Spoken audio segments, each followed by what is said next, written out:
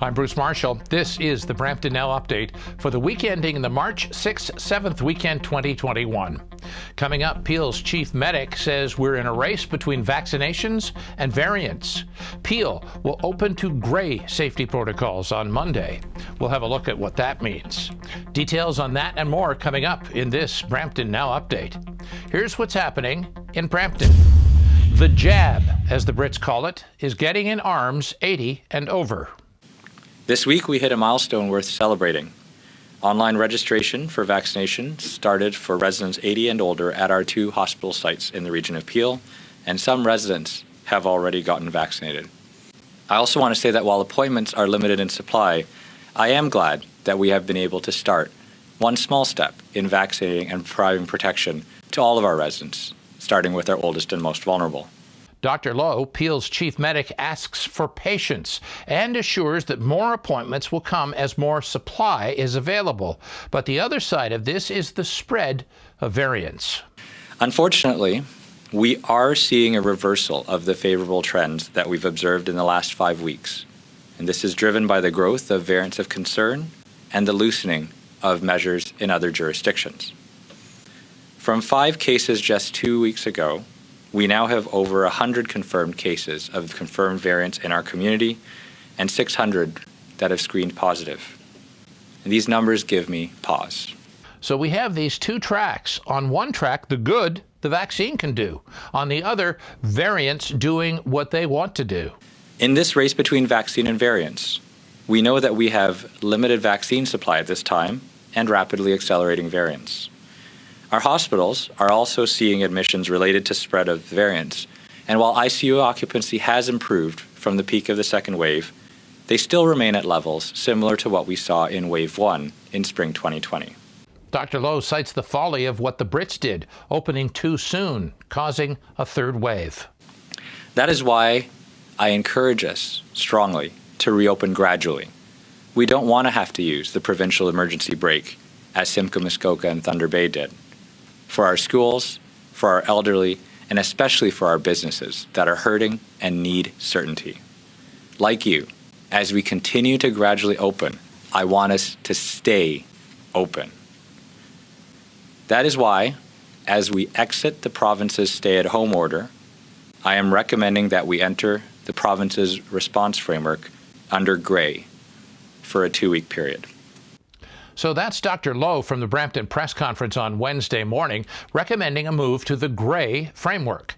By later in the week, the province confirmed that we were indeed moving to the gray protocol, but that doesn't mean that everything is back to normal.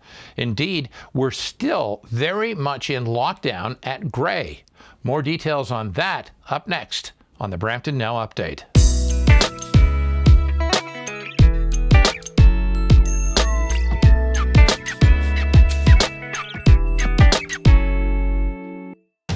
We know confinement has been hard, locked in and isolated these past few months. As the country slowly reopens, the tourism industry needs your support more than ever. Whether you're looking for a staycation, a quick getaway, or a family vacation, consider an Indigenous tourism experience as your next destination. We have taken all of the safety measures to welcome you, and with over 400 Indigenous experiences open, we know that you'll find the right escape. Discover your authentic Indigenous experience at destinationindigenous.ca.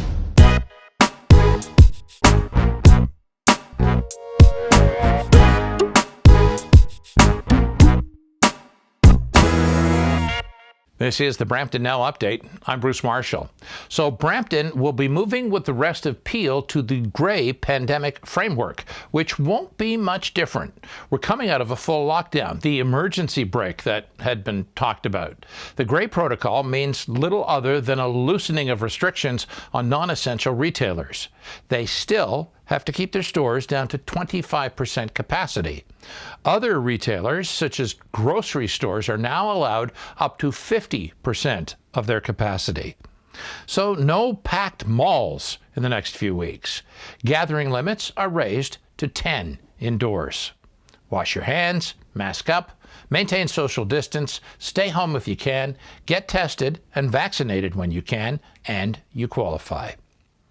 Graham Frisk, City Hall reporter at the Brampton Guardian, asked an insightful question at the city press conference with respect to revenue shortfalls and extra expenses due to the pandemic and what that has done to city finances. Mayor Brown was able to breathe an easy sigh of relief on the question because mostly the shortfalls and extras have been covered by levels of government with deeper pockets than Brampton. So I can speak to last year. Last year, because of the Safe Restart Agreement, we were almost even. There was a slight loss, but we were almost made whole thanks to the federal and provincial Safe Restart Agreement. This year, it's premature to say, but hopefully with this transit funding, we're going to be in pretty good shape to hopefully be whole again this year. There are some other costs, and obviously at a regional level, we'd have to look at additional public health costs. But it depends how much longer the lockdown continues. When there's a lockdown, there's losses for the city. Our facilities are closed, but we still have operating costs. You can't rent them.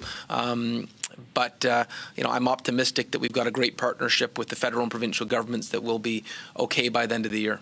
In a moment, the chief medic with a word for businesses, and Regional Councillor Rowena Santos with some words on International Women's Day on Monday. More on that next on the Brampton Now Update.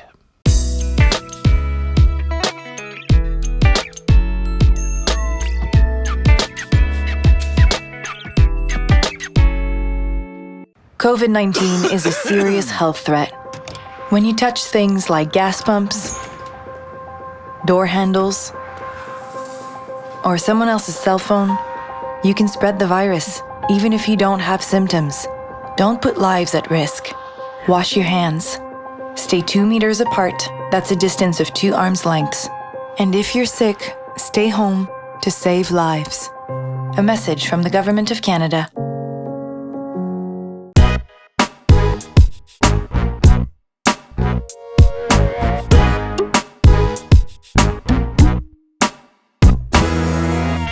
I'm Bruce Marshall. This is the Brampton Now Update. The chief medic has been the man with the stern recommendations that have done nothing for the bottom line of small business. But thanks to small business was on the mind of the chief medic this week.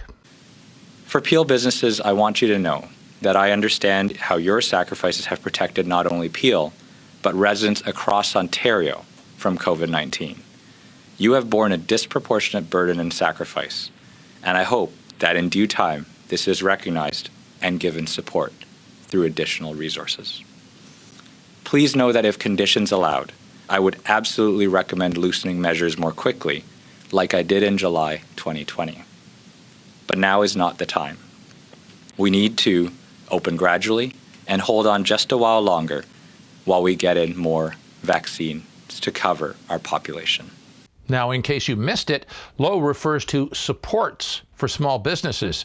These would be programs that are still woefully lacking to give business owners access to meaningful funding without having to wade through miles of red tape to get it. Speaking of groups that need support, International Women's Day on Monday, Regional Councillor Rowena Santos on the collision of COVID and equality for women. Women in the first wave of this pandemic were disproportionately affected. So let's acknowledge that as we continue to push that a gender pay gap still exists in this country, which makes this pandemic financially harder on women. And also, many of our essential workers are women, many of whom do not have access to paid sick days. We need paid sick days. Happy International Women's Day on Monday. And that's the Brampton Now Update for this week. Please subscribe to the Brampton Now Update channel on YouTube or follow #MarshallMinute on Facebook for lots of Brampton need to know that you won't find anywhere else. Your comments and suggestions are always welcome. And if you've got a Brampton story to tell, get in touch with me through the channel you're watching on right now. Stay strong, Brampton. Brampton strong. We're all in this together. I'm Bruce Marshall. Thanks for watching Brampton Now Update.